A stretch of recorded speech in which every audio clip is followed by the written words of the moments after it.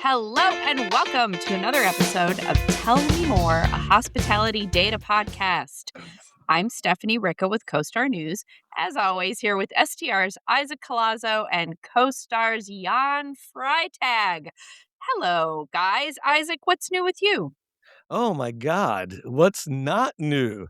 So guess what, Steph? What? We were out in the wild again yesterday. The two of us.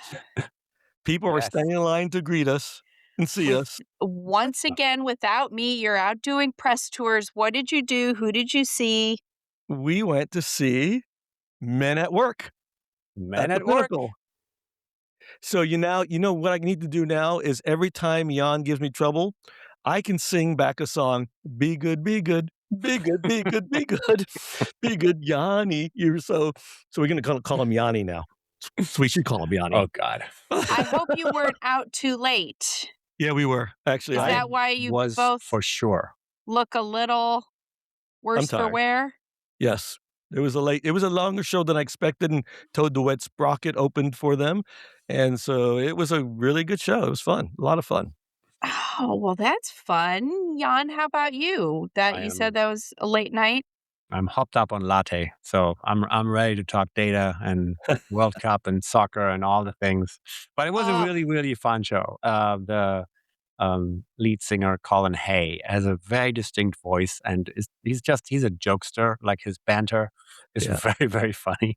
And it was definitely throwback late 80s, very early 90s. So the average age of the audience was, we all felt like we were back in our 20s. Well, you guys have been you've been on the circuit for those bands. Mm-hmm. Yeah. I love this. Someday I hope to join you.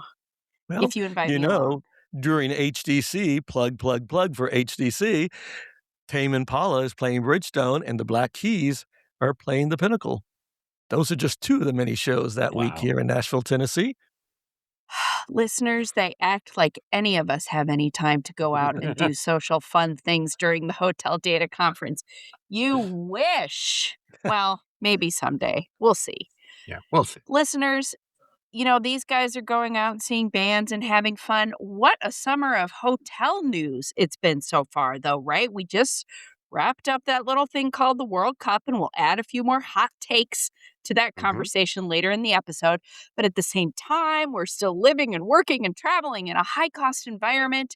Gas prices once again are north of $4.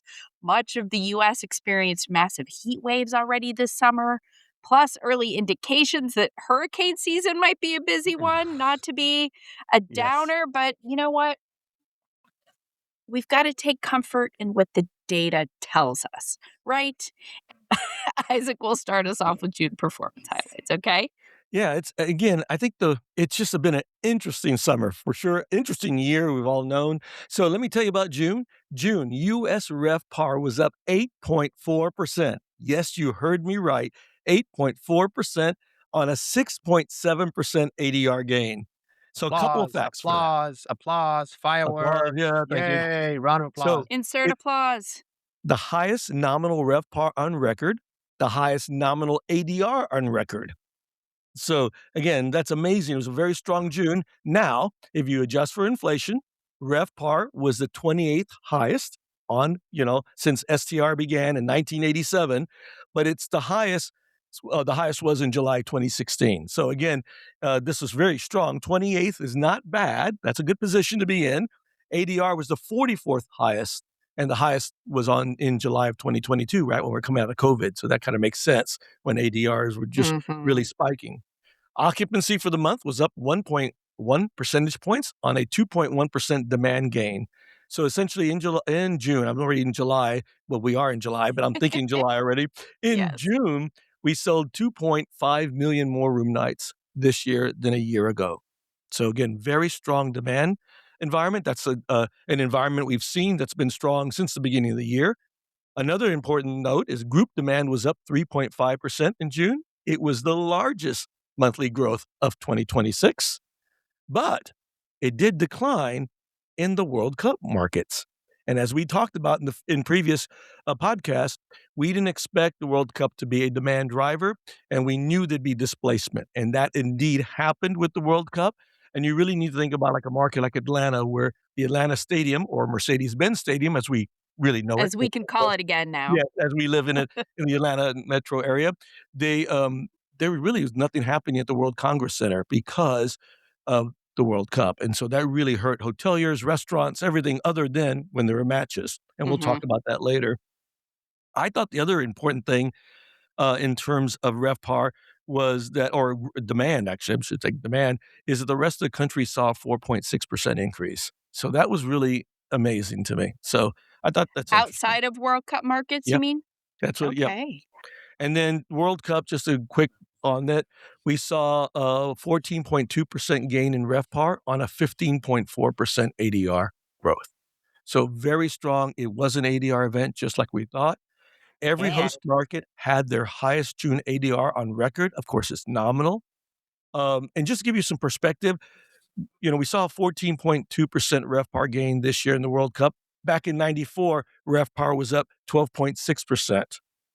But what was really different this time versus last time it was only a 7.7% ADR gain. This time it was a 15.4% ADR gain. And if I remember correctly, you forecasted the top 25, sorry, the markets, the host markets, RevPAR growth for the World Cup to be 13%. Right. And there you are. There we You were are. right in the money. Well, we missed it on, and we did talk about, and actually we no, said that. no, revel in the glory just Exactly. for a Thank you, thank second. you, thank Take you. the, take the Well, applause.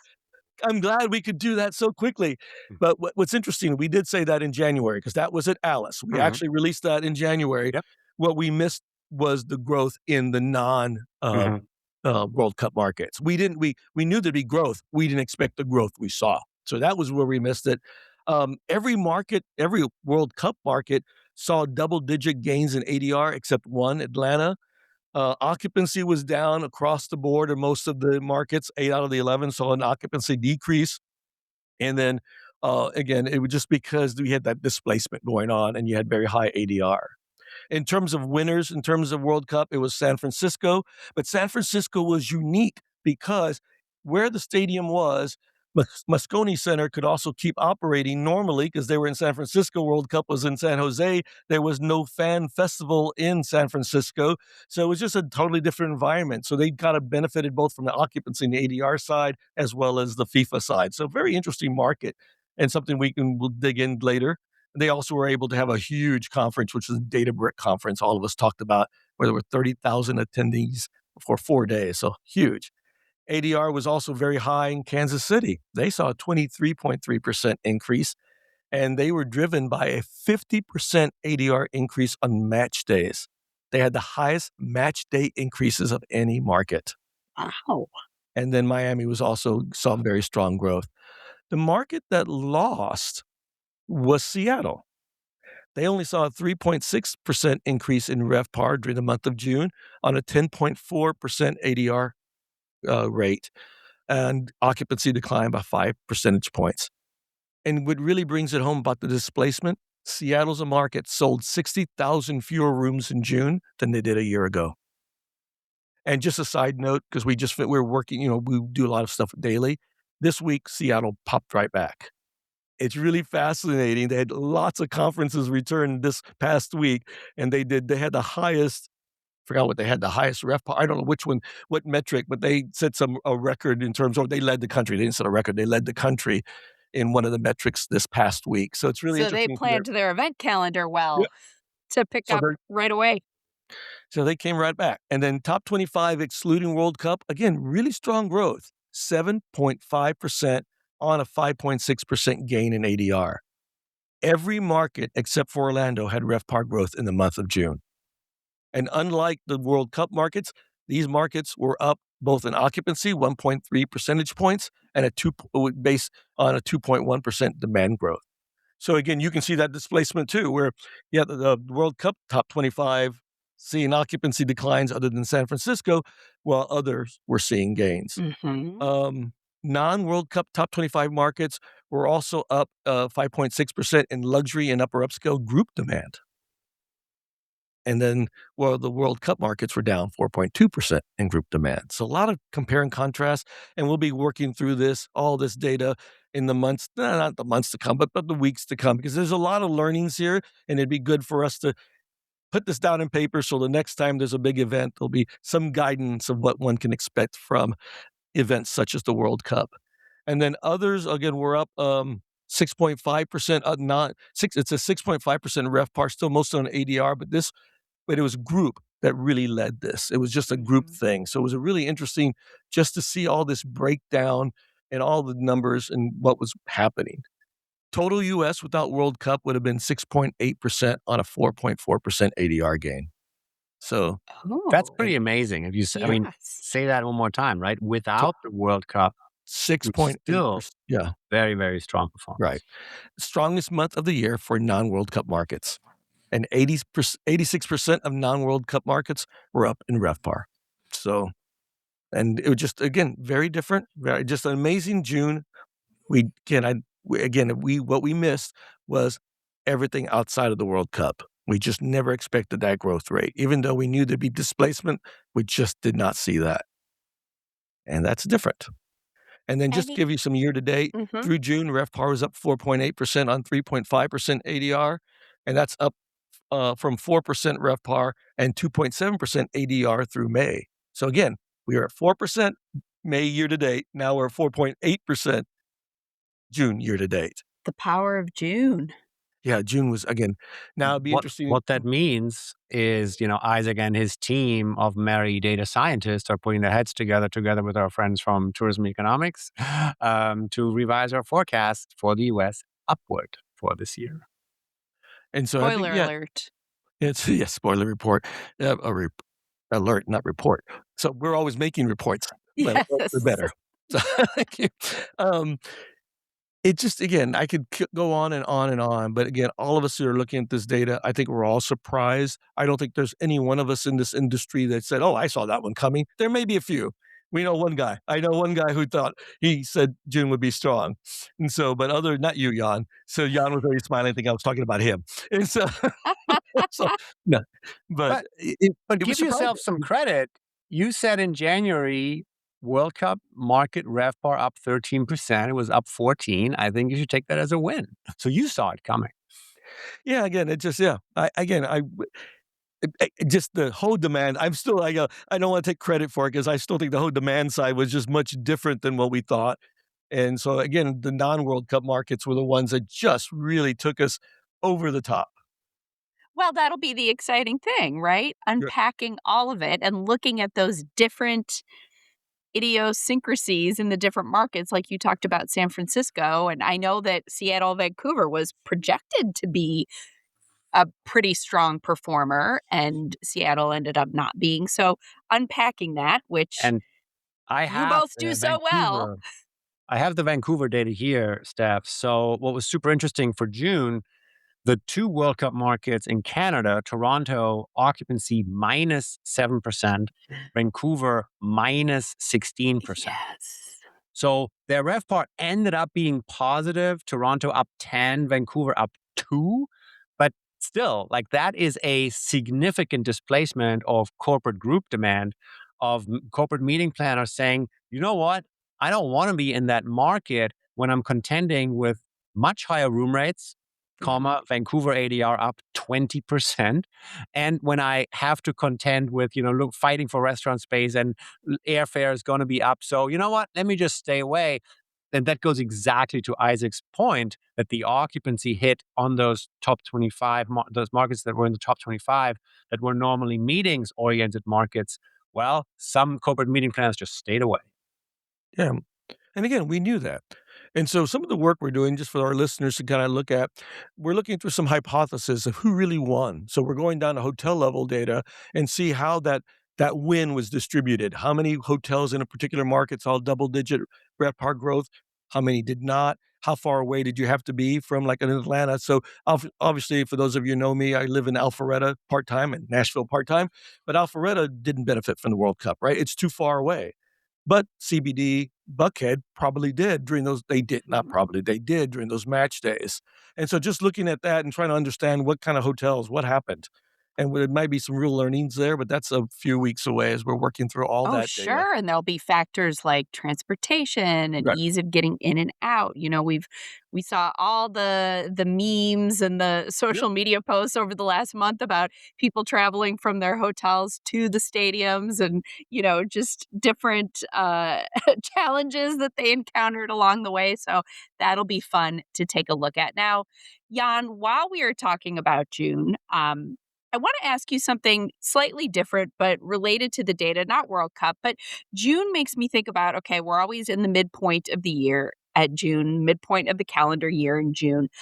Summarize for us hotel transactions so far this year, because I feel like there was a lot of chatter early in 2026. But where did that pencil out, I guess? Where did it pan out by the middle of June in terms of volume year over year, major transactions? Yeah, so to be honest, you're saying earlier in June, that has been, earlier in January Yes. of the year, that actually has been true in 2024 and 2025 as well, right? At Okay. Alice, Yes. all our broker friends are always like, Yes. this is the year, guys. Jan, this is the year. And it didn't quite come to us in 2024 or 2025. But happy to say that in 2026, indeed, we saw growth in the total transaction volume. In the second quarter, actually, it was up 36% over the second quarter of last year. So that's like a Mm. significant Mm-hmm. increase. We track roughly $13 billion or so for the first half of the year. And that compares to roughly $10 billion for the first half of last year. So there was an increase in the first 6 months and specifically driven by that increase in the second quarter. Okay. A couple of sort of deals sort of noteworthy, of course, on the very high end luxury side that never sleeps. Trinity was again involved. The JW Marriott Marco Island was acquired by Trinity Investments from Mass Mutual Barings, who I guess had held it for 40 years. Long time. Your Yeah. colleague Brian wrote a lot about sort of summarizing a bunch of the transactions in the first half. Host Hotels, of course, comes up, their deal for the two Four Seasons properties. And then there was like a 1.1 billion property where Vichy bought Golden Entertainment's properties, but then leased them back. So sale leaseback transactions. So that's always like that skews the data up, but it's Mm-hmm. we've seen VC do that before. So overall, yes, the interest rate environment is what the interest rate environment is. Everybody was hoping for lower rates. That's not happening. And who knows where we're going? I think, lenders and investors at this point are saying, look, this is my interest rate. Let's just roll with it and Yes. underwrite based on that. And, let's make the deal happen as we can. And obviously, on the luxury side, there are no wrong answers. Continues to be, the darling of the investment community. Mm-hmm. And that's what owners that we talk to are saying similar. Our news editor, Sean McCracken, talked to Greg Friedman at Peachtree on our other CoStar News Hotels podcast channel, who was saying exactly that. This is what we are dealing with. Go for it. Just do it. So maybe, hey, that's pretty good news for the first half of the year. All right, it is time for our topic of the month. And listeners, before you hear me say World Cup and change over to a true crime podcast instead because you're tired of all this, I want to say that we have noticed over in the CoStar News Hotels newsroom that our readers cannot get enough of World Cup analysis. So much of it driven by the amazing data minds at STR and CoStar. Our Trevor Simpson has been covering the World Cup beat for more than a year now. His collection of stories, podcasts, talks with hoteliers, very popular. So go check them out. And, at the same time, any news person will tell you that for an event like this, and data folks as well, we have to work so hard to make the information and analysis and takeaways all build on one another, be different enough to keep accumulating into a comprehensive story, right? So we are not telling you the same thing over and over again. Everybody is discovering new angles to the data all the time. So to mix it up today for our topic of the month, I'm going to ask each of you, Jan and Isaac, to share today 3 surprises that you learned from this World Cup, right? Something, and we talked at the top of this episode about some of the numbers that fell out as predicted that may not have been surprises that were, good to see come to fruition the way you thought. But I want to know what really surprised you. Maybe it's a data point that surprised you. Maybe it's something fun, like you had no idea so many people love the Waffle House. But you each only get 3 surprise moments to share. They can be positive, negative. This is where I think we can really help people think about what the takeaways will be from this event and how they might translate down the road in the future. So we're going to trade off. You're each going to give me 3, one at a time. Jan, you start. One big surprise. I was really surprised by our occupancy on the books, which we published every week, starting in, call it April or so, and how that was not a good indicator of occupancy that would be achieved. So I've been on the record with you and with lots of reporters as this Yep. idea of, it's going to be the tale of 2 World Cups and the early round stages where Curacao and Cape Verde are playing. Yes, they're not going to be super well attended, but then afterwards it's going to be great. And I was wrong, because it turns out that the booking window was not different from arguably any other day. So people just booked much, much closer to the event. So this idea that our on the books occupancy reporting would be an indicator of later, severe deceleration in occupancy Right. was completely off. The occupancy happened, people booked, they just booked much closer to the event. And to me, that made no sense, because I'm like, wait, you spent like $1,000 on this ticket a year ago, and you spent $1,000 on the airfare 6 months ago. Clearly, you will book your hotel room early. Nope, that was incorrect. So that was a surprise to me. And like learning, Jan, I'm my takeaway here is that the occupancy on the books is only a partial indicator of what's going to happen. Well, that's it. And for so many, I get people in the media, people, watching the events, they wanted that data starting in December, starting as soon Oh as my the first match draws were made. And then in January, we're like, okay, let's see what business is on the books. Let's see. And we would ask, and the analysts would say, well, it's not really showing anything yet. So that's a great surprise. And if I can just add to that. So we said, no, we didn't. The president of FIFA said, in November or so, it's going to be 104 Super Bowls. And the press was like, oh my God, biggest event ever. All hotels are sold out, super high rates. And then we published on the books occupancy, and the media tenor swung 180 degrees. It was like, oh my God, nobody's coming. And then the HLA put out the thing where like 80% of hoteliers were underwhelmed. And Right. it was like, Oh no. nobody's coming. It turns out the truth is somewhere in the middle. Right. That's the bigger learning. It's this whole notion. It's either it's going to be great or it's going to be so bad. There was no one just saying, hey, it's probably going to be like it was in '94, which it was. It Hey, was that too doesn't simple to do. sell headlines, Nah. sell I know, newspapers. that's the thing. Yeah, I don't sell headlines because, yeah, they're like, "You're boring." So, but that was what we expected, and then as I was watching some of the games, and I also was talking to my GM friends, they're all those who've been around say, you take everything, these room blocks with a grain of salt when it's like this type of event, and there's gonna be a washout, and you don't build in 100% into your budget, you build in 50% of it into your budget. That way, Right. hey, something's gonna happen, it's gonna be in the middle someplace, but you don't start taking it all to the bank. So those of them who took it all to the bank, they are not happy. But those Right. who said, "Hey, I'm gonna take the conservative route," it turned out to be the right route to take.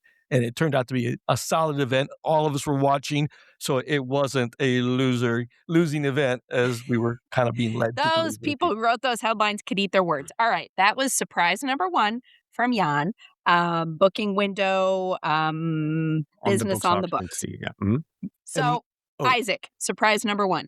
yeah, mine, I kinda already alluded to it, but my biggest surprise, and again, I started our podcast with this, was the strength in the non-World Cup markets. Mhm. that was, again, as you know, because my forecast was totally wrong, and it's not my forecast. I should never call it mine. Our forecast, we just didn't anticipate that. We just didn't see that strength. We didn't see the strength that began at the beginning of the year either. And so that was our biggest surprise. Again, just to remind you, RevPAR in those other markets were up 6.8%. I mean, it's just an amazing number. And then 86% of the non-World Cup markets saw RevPAR growth. And here's a better one. That was about 160 total markets was 160, and 30% of markets of these 160 saw double-digit RevPAR gains in June. We completely missed that. It's funny when the forecast is right, he says, "This is my forecast," and when the forecast is wrong, it's somehow our It's forecast. our forecast. It's just Jan's interesting. forecast was completely wrong this time. No. Because listeners, Jan kept whispering in my ear, "It's gonna be bad. It's gonna be bad. It's gonna be bad." I'm going, "No, no, no, Jan." And then I listened and I said, "Okay, we'll take it down." No, he did But not. It just where did you think that so the rationale behind the bump in the non-World Cup markets is displacement, right? So right. whether that was group that might have had an event in Atlanta, decided to have it somewhere else, or even personal transient business saying, "Hey, I would be going to New York, but I'm going to go somewhere else," right? I mean, that's displacement, business and And leisure, right? U.S. travelers not going international, right? Right, I was gonna say We that. wrote about that. Second quarter, Americans going abroad is down every year for the first time since I want to Mhm. say 21 or 22. So that certainly also helped. So Isaac thought everybody was just going to stay home. I didn't think it was well, again, the biggest issue still, it was ADR. That's the thing that's also very Right. surprising. ADR was up 4.4% in these non-World Oh, Cup is that markets. you're gonna be your number 2 surprise? I gotta keep all of our No, no, this is surprises not in my okay, this is not my number 2. This is all part of the number 1. But okay. again, we think some of it just rate discipline by hotels played a role. The increased business transient travel that began at the beginning of the year played a role, including some we keep hearing from some people that, hey, government maybe a little bit more than the past, but we don't know that for a fact. We also hear that, of course, the outbound US travelers are a big place, a big larger percentage than they were before. So I think there was just so many things happening that ADR just rose. And maybe Mhm. that rate discipline. And one last thing, I forgot. We had easy comps last year. And so you have all these things moving. And I guess we didn't, as we think about the forecast and I replay everything's from that forecast period, we just didn't put all it just didn't we didn't add all the numbers up. We just didn't see it all happening at the same time and not in June, right? We just didn't see that coming together like it did. And we had early indications when the first week of June that something was different. Mhm. And so that's I don't know what the learning is, but it really is for me is always dissecting everything and kind of trying to figure it out. It's like, okay, what could possibly go right versus what could Right. possibly go wrong? We were all focused on what could possibly go wrong, but we probably Mhm. should have been thinking about what's gonna go That's right. probably true, and hey, it's easy to forget an easy comp, but next year at this time, no one's gonna no one's gonna be able to miss the tough comp to this year, right? Right, yeah, no, I Well, mean, that's a topic for another well, but podcast. listeners, that's a key thing. Do not forget, next June, you have very difficult comps. Put So a note in next your calendar. put it on and it's gonna also be in July. Do not forget, because many people will forget and say, "What happened to June?" It's like Oh, so newsflash, there's no World Cup in the U.S. next yeah, year. You heard it here first. yeah, there is no World Cup next year, and you're not gonna see 15 markets with 15% ADR growth, especially within among the top 25 on a consistent 6-week basis. So, I no think World my Cup. mom asked that. She got very into it this year and she wasn't familiar with it. And she said, "Oh, is this, where's it going to be next year? Is it back here?" I had to say, "Nope, sorry, you got to wait a while." Okay, Jan. So if we said, let's go in order. So we've had 2 surprises, right? Jan, surprise number 3. So this is really coming out of the conversation that we have on record with our sports reporter Trevor. In the last podcast, he was kind enough to ask me. I'm not cheating on you, Isaac, but I just asked me for a couple of Aw, perspectives with the I local can't operator. trust you.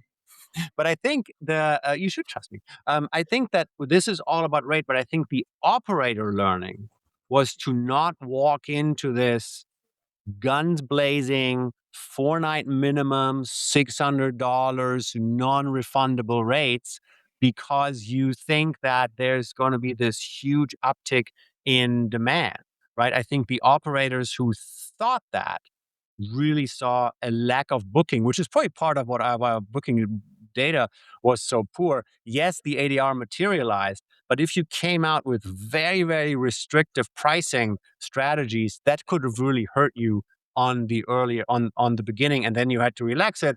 And and guests clearly were waiting and waiting and waiting and waiting until they got closer. The booking date got closer to the event date, and then hoteliers felt the pinch, dropped the restrictions, and that's when we saw booking activity, which then ultimately led to pretty healthy ADR gains.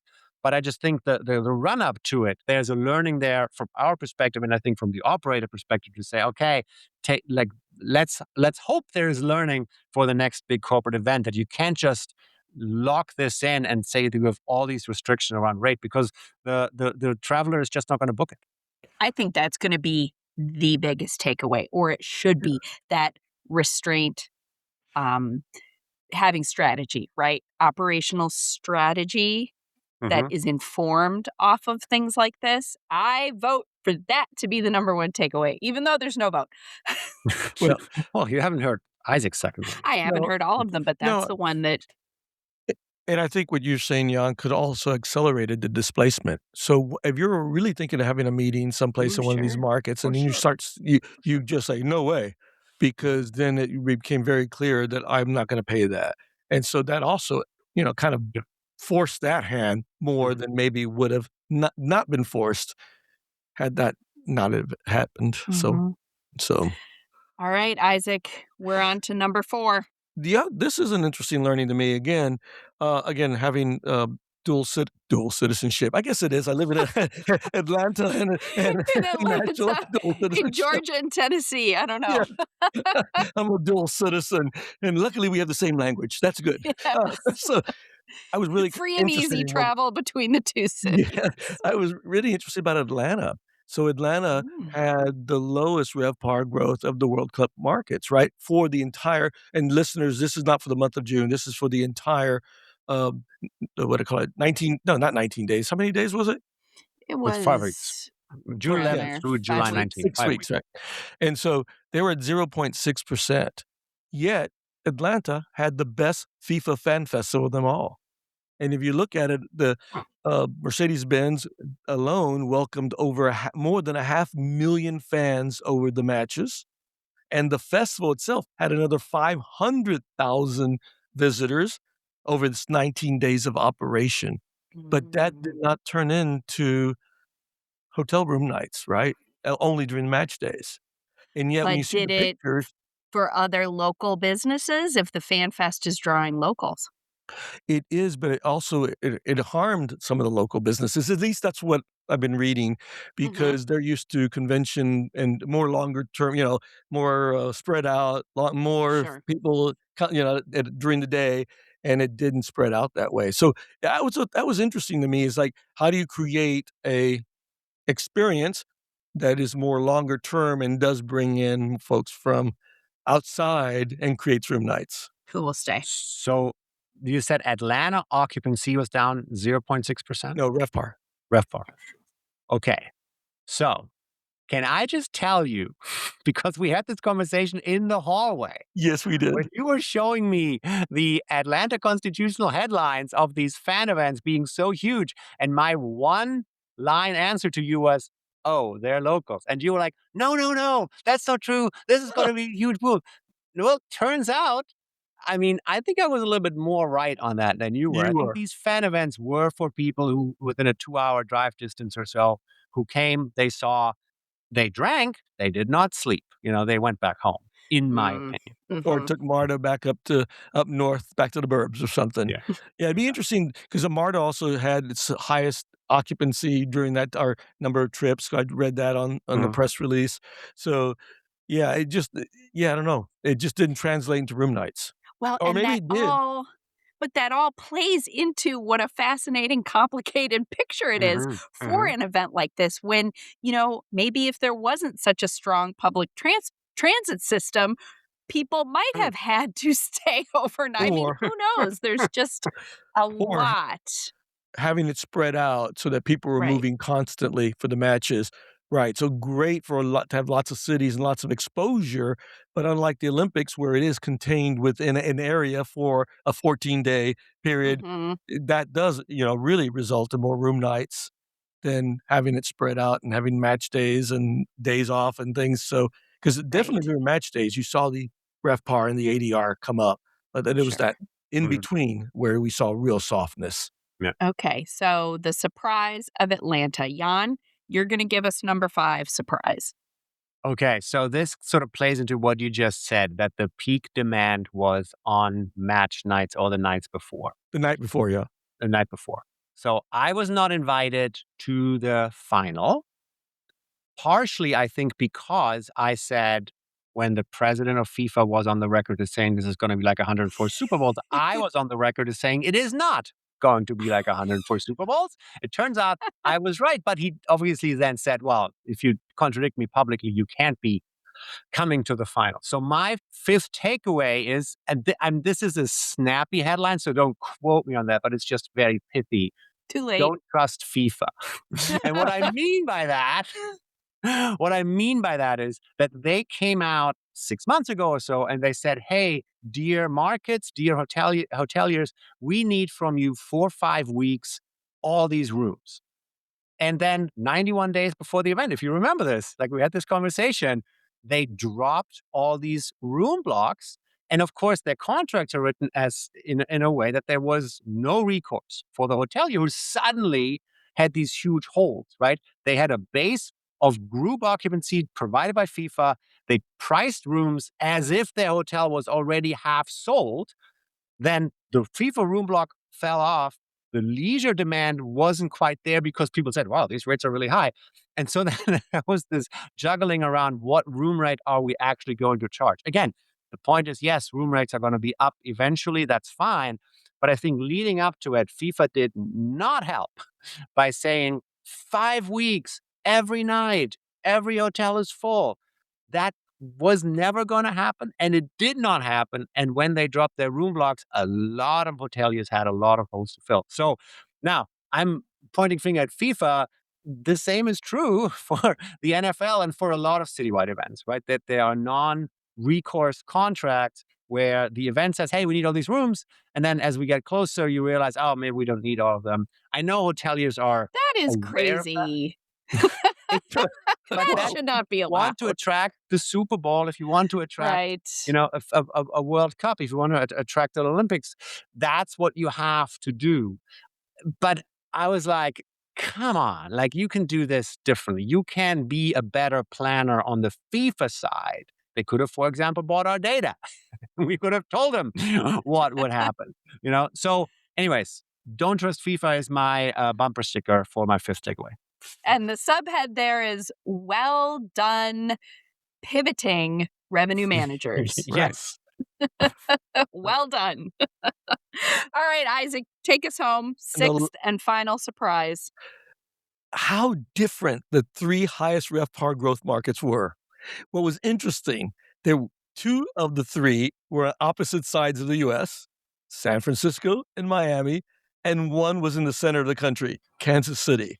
These were the 3 highest RevPAR growth markets during the entire World Cup event, and they did it very differently, right?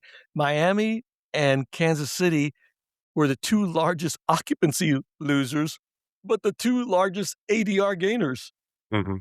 And then San Francisco was the more diverse one, which we talked earlier, because given where Santa Clara is to them, they were able Moscone Center could continue as normal, right? So you could still book, and it was easy to get into the city because it was so far away. Also interesting about San Francisco, they didn't have a fan festival event. So there was nothing really Mm, downtown, that viewing areas, but nothing like what Atlanta did with the fan festival and other mhm. or cities did as well. But I just thought it's a contrast. It's really interesting. Both East and West Coast and center.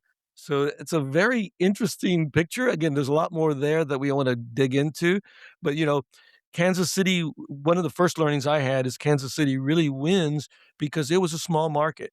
In that Mhm. market, I expect a majority of the hotels saw revenue gains because of World Cup.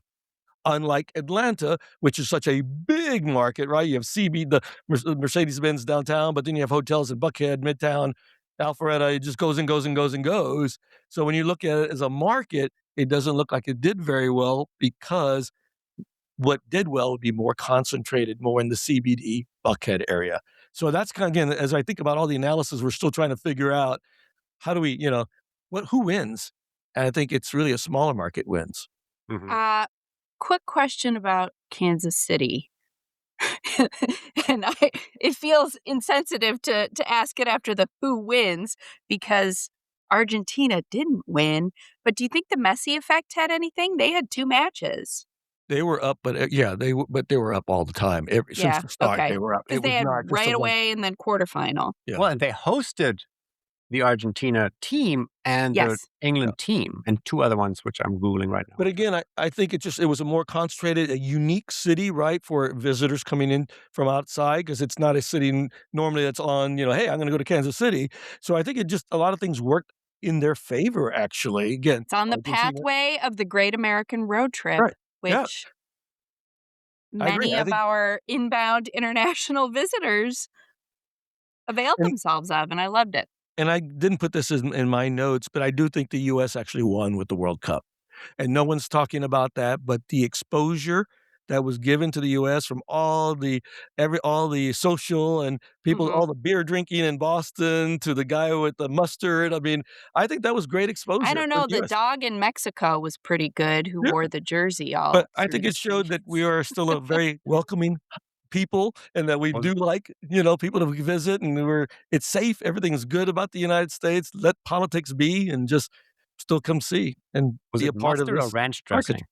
Huh? Ranch dressing. Yeah, Ranch ranch dressing, dressing. right? I thought it was Everybody mustard. Did loves I say ranch. mustard? No, they've got Oh, yeah. mustard all over the world. Yeah. Okay, I thought Ranch is just our but there was something with mustard. I'm not making this up or it was mayonnaise. There was something about that.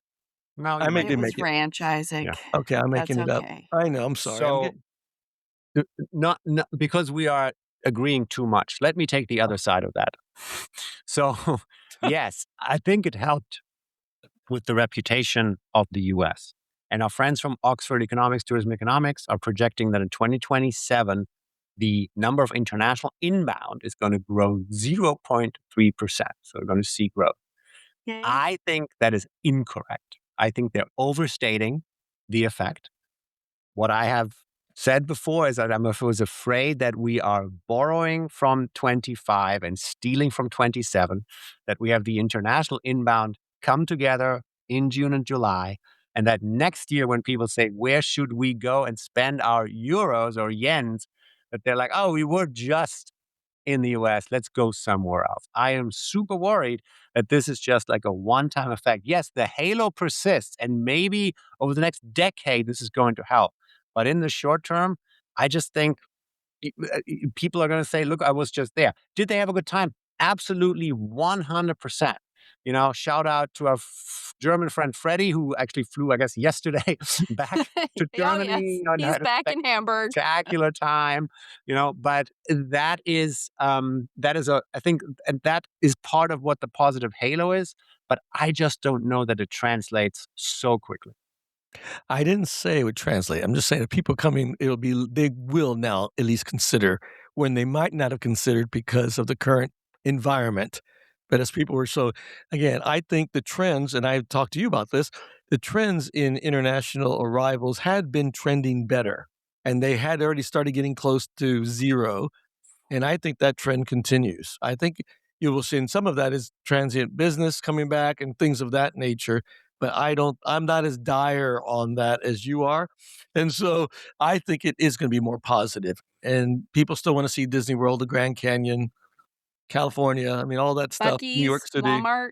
Yeah, My, Walmart. my last sentence on that is that the I-92 data includes Canada, and the Canada data was so far off that now it's quote unquote easy comps. So it's growing year over year, but that's whoop-de-doo, not a big deal. And that's lifted the June data. If you take out Mexico and Canada, the international inbound, what Oxford Economics calls the overseas visitor, is actually still down minus 1.2%, I think. Yeah. So, but we will continue to argue about this because we will continue to get fresh data. Yeah.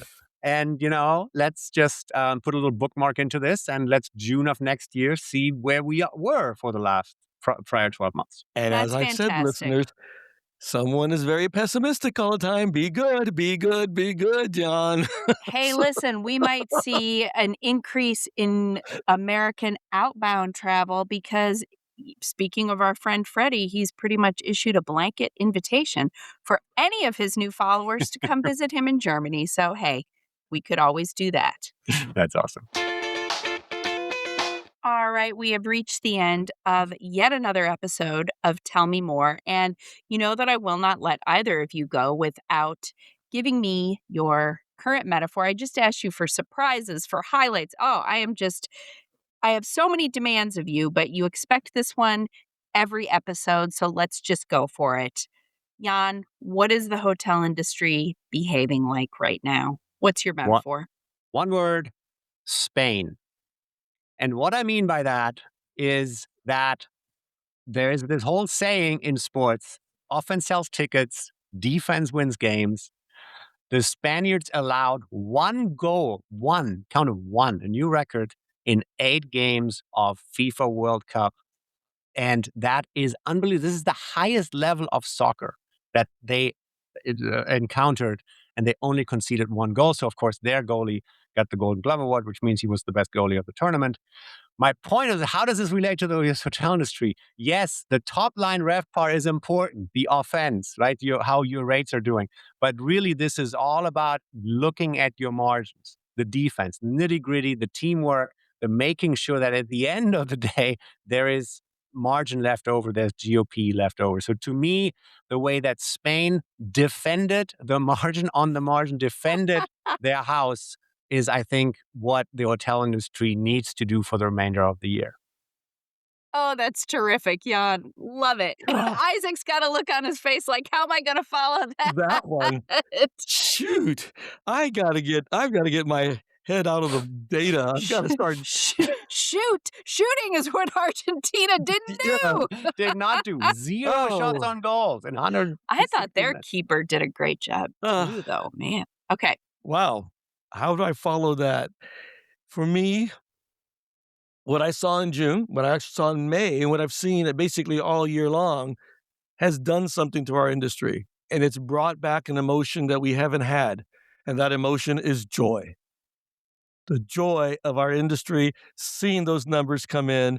And it's actually, of course, listeners, you already know this, it is the title of another song. So it is a song Excellent lead-in. by Role Model. If you've not heard of that band, Role Model's great. And I love that this part of the lyrics, I took out some pieces that didn't apply, but it's remember joy? ? She's been gone a while. She shows her face in the weirdest ways. Could we really use it more these days?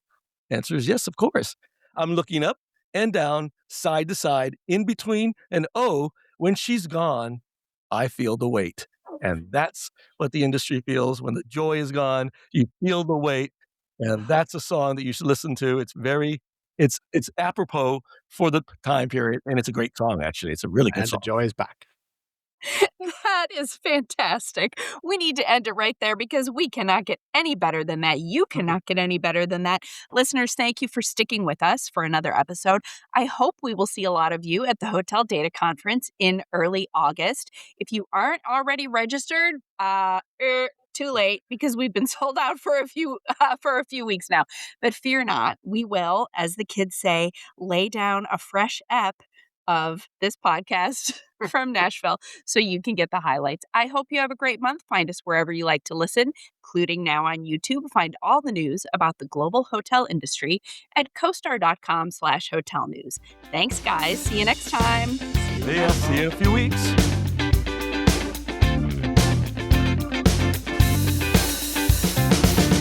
I'm Terence Baker, News Editor, Europe, Middle East and Africa, and I'm the host of The Upgrade, a CoStar News Hotels podcast for the EMEA region. In it, I discuss with special guests the the pressures, challenges, joys, and exhilaration that comes with managing, owning, and developing hotels in our glorious, multifaceted industry. Discovering the EMEA region from the scenic northern shores of Norway to heights of Table Mountain in South Africa, and most likely some chat about birdwatching, distance running, and the English Premiership. Join us wherever you find your podcasts, on Apple Podcasts, on Spotify, and on other platforms. This episode of Tell Me More, a hospitality data podcast, was recorded on July 24, 2026. The episode was edited by Sean McCracken. Find all hotel industry news at CoStar.com/hotel news. Thanks for listening.